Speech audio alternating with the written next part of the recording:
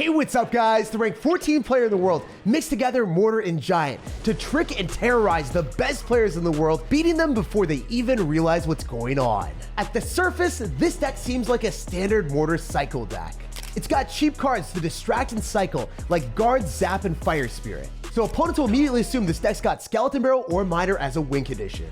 When you're non-stop spamming mortars near the bridge, opponents are bound to drop a building on defense, because they can clean up Skeleton Barrels with small spells, and miners they can just ignore. And that gigantic mistake will give you the win.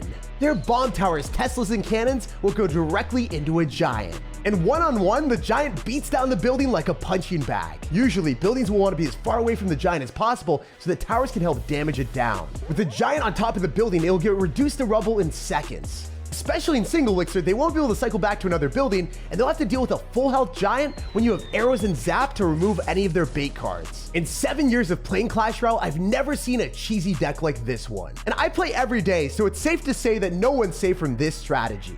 If you only have one evolution, you gotta play the Evolved Mortar. It's time to throw Giants at our opponents to make them throw the game and assert dominance. Don't forget to subscribe to the channel so you never miss out on any of the daily videos. And giant love to everyone that's supporting the channel with creator code SirTag. It's time to test this guy's immaculate 7 senses and see if he can understand what he's gonna be playing against early on. So we're gonna be able to shut down his Hog Rider with a mortar like that. He might activate King Tower, hopefully not, please. Okay, thankfully that doesn't happen. Mortar is able to fully counter the Hog Rider there if you got Cannoneer. Usually that doesn't work out. If you go in for a Hog Rider counter and you go in for a regular Princess Tower, she just doesn't have enough damage. And that's the reason why Cannoneer is played with this. It's a bit broken at higher levels of gameplay when you can orchestrate an entire deck around fully supporting it. From what I mean is, if you look at this deck, we got the Little Prince for splash damage, we got the Dark Prince, we also end up having Zap and arrows to comfortably kill bait cards, we also have the Fire Spirit and the guards for maneuverability, distractions, and defense against bridge spam, so we're not going to get left stranded with no answers if our opponent bandits at the river, and then we, are going to find out that he's going to have bats. We can just zap everything and be totally fine. That's something to just keep in mind if you guys are wondering, why does some decks have a lot of success with Cannoneer while others flop and fail? You gotta look at the support cards, and if you guys don't have the Cannoneer, this deck will still work with the Princess Tower, by the way. I just wanted to show it for the very first game of the day because it's the best version of the deck. Anyway, we're gonna go in for a Fire Spirit, and then maybe we can go in for an Evolved Mortar in the left. I love going for Evolved Mortar plus Giant with this deck because a lot of times the opponent will go in for a Tesla to counter it, and then we Giant in the face with the Tesla. Please, yes! It worked. Yo, first time, let's go, light work. And then the Hog Rider's stuck in traffic behind the Giant. He's not gonna be able to finish it off. He's just gonna lose everything. He has to go in for a Firecracker, but the way that this deck works is it baits out your building on the Tesla, and then you don't have a building for the Giant. So if you're running a control deck, you are gonna have the game spiral out of control in seconds, my guy. It is beautiful to see that. I could zap, but it just doesn't make sense. It's better for us to just zap on more units because you're gonna obviously drop more. And then we can go in for a mortar here and get more value. As you guys can see, I'm kind of a sinister sir. I'm not even gonna fib. Like, this is a strategy that is quite deplorable, and your opponent will not love you if you do this to them. We're obviously gonna go for an arrow so we can force out even more elixir and spam more and more mortars. It's Mortar Cycle City, and that's more damage than mortar connecting to the tower. He's forced to fireball that. You know what, we can Fire Spirit so we can zap the tower so we can maybe finish him off with an Evolved Zap. That would be so much fun. I mean, that's actually sinister and mean, so I'm not going to do that to him, I don't think. But I could. I'd rather go for the mortar because this is just giving us value the entire game. We can Evo Zap on defense against the Hog Rider to shut it down in its tracks. Does it get even like more than one hit? Nah, it's dead. It's easy. And then we can arrows if we need to, but we don't even need to. Let's go for a Giant in the middle, and the mortar's going to be able to protect it now too. So if we drop stuff on the Giant, it would also die. This deck is so disgusting with the insane amount of adaptability that you can present on offense and on defense when the opponent just hasn't played against the deck before. They can't be smart enough to come up with creative defenses on the spot. Even someone with 7 senses got absolutely slaughtered. And having that Evolved Mortar Giant play work right out of the gate was unbelievably satisfying. It instantly won us the game, as we make giant strides up the leaderboard to 5,900 in the world. And I'm going to stay true to my word. I'm not going to be showcasing the pay-to-win version of the deck. Princess Tower, it's your time to shine. Hey, we got another one here. And this guy's got a Little Prince, so y'all already know he is probably going to be playing a try-hard cycle deck. Also with Cannoneer, so, he is running the most optimal cards from what it seems. He's going to be running a bomber, and it's got to be goblin drill. The beautiful thing is, homie doesn't have a good card cycle right now because he just released the fact that he drops the Tesla. You drop the Tesla, you drop your chances of defending against the Giant because you're not anticipating a stupid Giant cycle deck with Mortar. Also, the best thing is he does have 2 buildings, so maybe this is a slight situational situation where the guy might be able to fumble together some sort of defense that I wasn't even thinking about. I guess dropping the drill on defense is incredibly creative, so well played to him.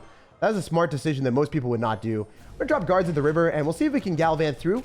Maybe we can get some value. I'm gonna arrows so that we can force out the evil bomber and get some extra damage. Yo, wait, a bomber missed, so he has to go in for a log. See, that's the downside of running Cannoneer. It would not have cleaned up those guards for a while, and we would have probably racked up like 700 damage with 2 guards that have literally no HP. Oh man, they didn't even have their shield, but the opponent couldn't shield himself from it. All right, he drops his Tesla again. I mean, if you really want to play that way, it's fine for me, brother.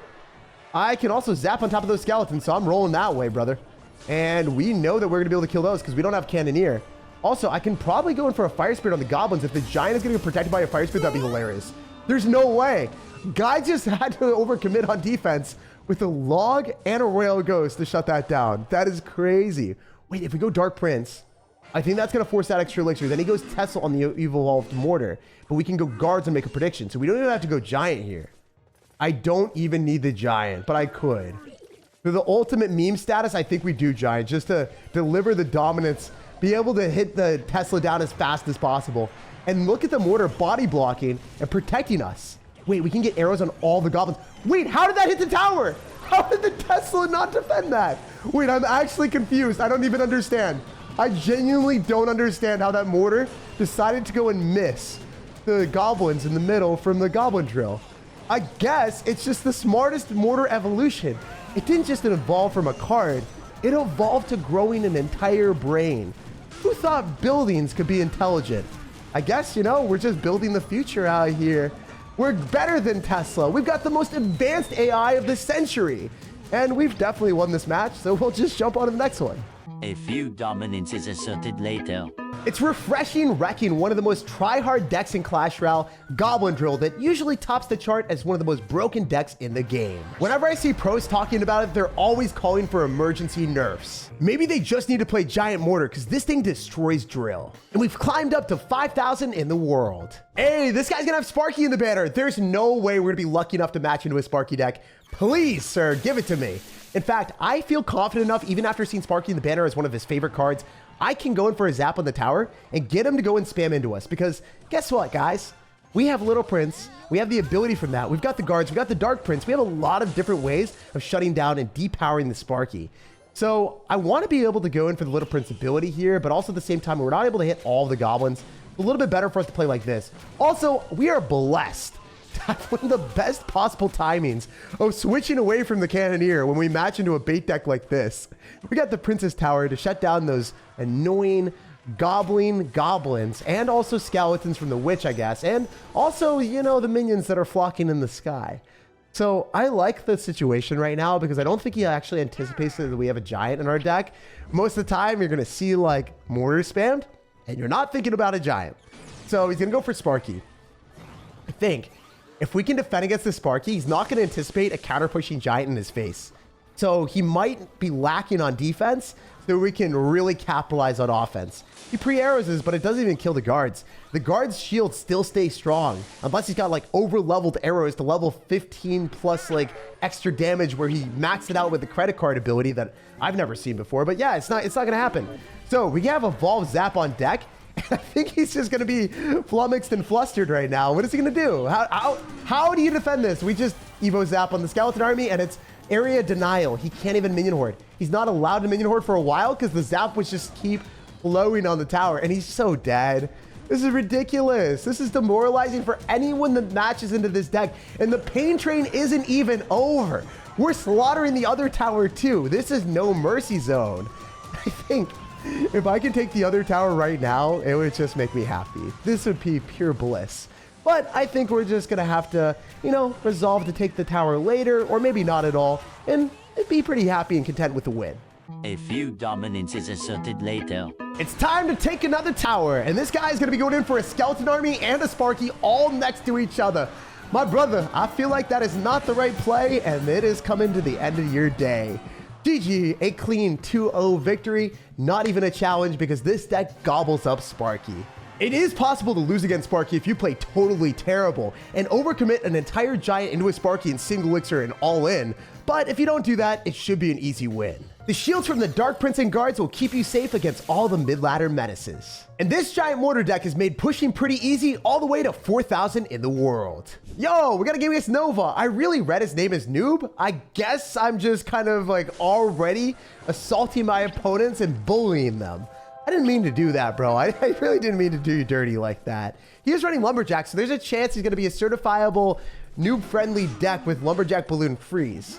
So maybe we weren't off the mark. Maybe I just had like sightseeing. I don't know. Okay, well this guy's gonna have Bomber, so I think it's gonna be a Golem deck now. Lumberjack Balloon Freeze or Golem are typically the two decks that you see with this type of strategy. And he pops down the Golem, so we don't even have to think about what he's playing anymore. Right as I swapped from the Cannoneer earlier, if I played against the Golem first game, it would have been so easy. But now it's gonna be a little bit of a struggle bus, especially since he's gonna all-in me. Cannoneer would melt this Golem, but since we are going to be forced to defend this with another mortar cycle, it could be a little bit more sticky and tricky. I'm going to do the most optimal mortar placement to pull that as far as possible, and hopefully we're still able to find a defense here.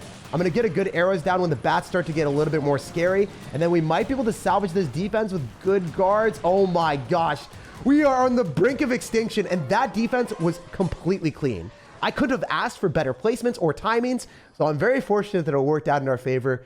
If you guys are able to copy those placements, it'll allow you to squeeze a little bit more value out of your cards. And then if you're able to do that, extract the maximum value, it's the difference between taking like 4 or 5 Elite Barbarian hits or just losing your tower and then having your towers like ours. We barely had any elixir, and if there was one more misstep, I think I would have just lost, to be honest. It's kind of crazy. There isn't that much wiggle room, but it is possible to play perfectly and win with this deck, even in the face of harder matchups. And when you cycle the mortar and your opponent goes all in, you're still able to defend even if you don't have Cannoneer. I honestly was kind of limit testing there. I didn't know if it was possible, but I'm glad it worked. All right, so I'm going to go in for another Evolved Mortar because I think he's not going to try to oh, he goes Golem in the right. This is good for us. This is good for us. I think he's going to drop like a Night Witch, and we should be able to arrows it away and kill it. At least that's what I'm expecting. I don't know if it's going to happen as planned, but I hope it does. All right, we're in a Little Prince, and we just need to kill the Night Witch before we go for the arrows because we want to make sure that the bats die too. Oh my gosh, this guy, he's a psycho. He's a certifiable psycho. He Evo zapped on me, and that's annoying. He is a menace. All right, we're going to go in for another mortar. I mean, the difficulty here is like if I go giant, I just lose. I have to be able to kill this bomber, and fortunately for us, we are going to have the guards to extend far enough to do that. And then we can go in for another ability here. Fortunately, the Little Prince will stay alive. So, I mean, I think that you're not going to be able to cycle Evo Zap that quick. It's not like you've got a fast cycle deck or anything like that. I think I go for a Fire Spirit here. And even if he arrows us, the Fire Spirit should clean up. Then we can go for a Mortar again and then try to get him in a cycle where he doesn't have that much elixir with Giant.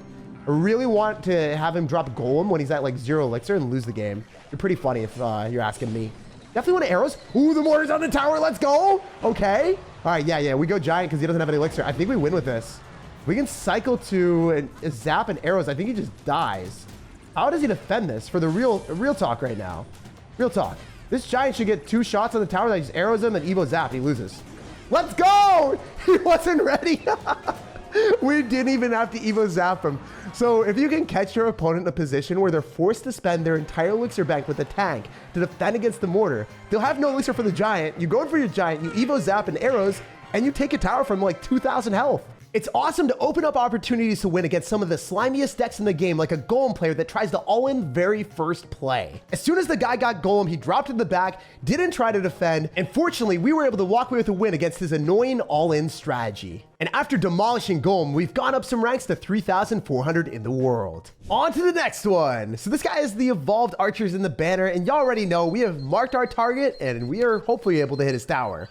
Usually, when we have a Little Prince, I just drop it in the middle, and that's just easily able to defend against the wall breakers.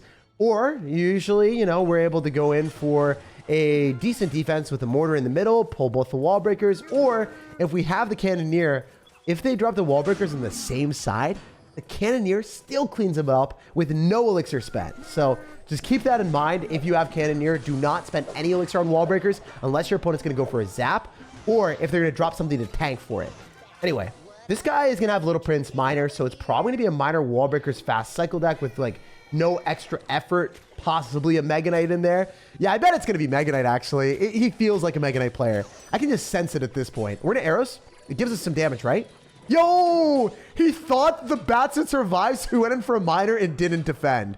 Because if the bats cleaned up the guards, then he wouldn't have to spend any elixir, right? And then also, if he like is able to get counter push, he might as well do it. But he wasn't able to. Also, if you noticed our positioning of the mortar, we dropped it as far away as possible, so that it would still end up pulling the rest of the wall breakers. But we didn't want to drop it in a spot where it'd be like away from the wall breakers. If those connect to our tower, we just lose. So you have to be cognizant of the fact that wall breakers are a sketchy card. Even though they cost 2 elixir, you will have to overspend on them when they're evolved. So I think it's gonna be better for us to go in for a giant here soon.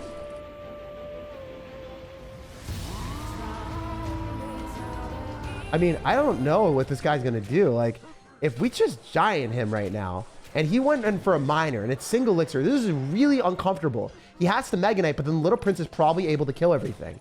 Like, the Mega Knight is going to get slaughtered by the Little Prince, and then the guards lock on everything. And because he just didn't have enough elixir, he had to release the Mega Knight as an answer to high damage tank killer. Like, that card is meant to beat bait cards or rail hogs at most. Round 1, fight! It really can't kill a giant. It doesn't have enough firepower. Speaking of firepower, we were able to melt most of the Guardian there too.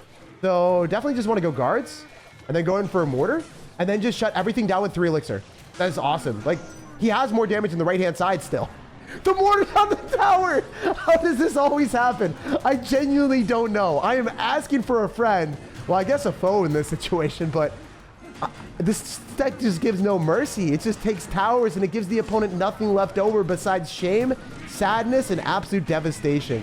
You know what? I'm going to go in for another evolved mortar on the left-hand side. We've got the evolved zap. Let's see if we can snag another tower right now. Even though he's trying to defend with the Mega Knight, I don't know if he's able to. We're going to evolve zap on the bats. Now we can go in for a fire spirit and a Little Prince in the middle. This is ridiculous. We would take another tower if we just had a couple more seconds. Literally so freaking close. Well, that Mega Man was bankrupt on elixir and damage because our mortar deck denied everything.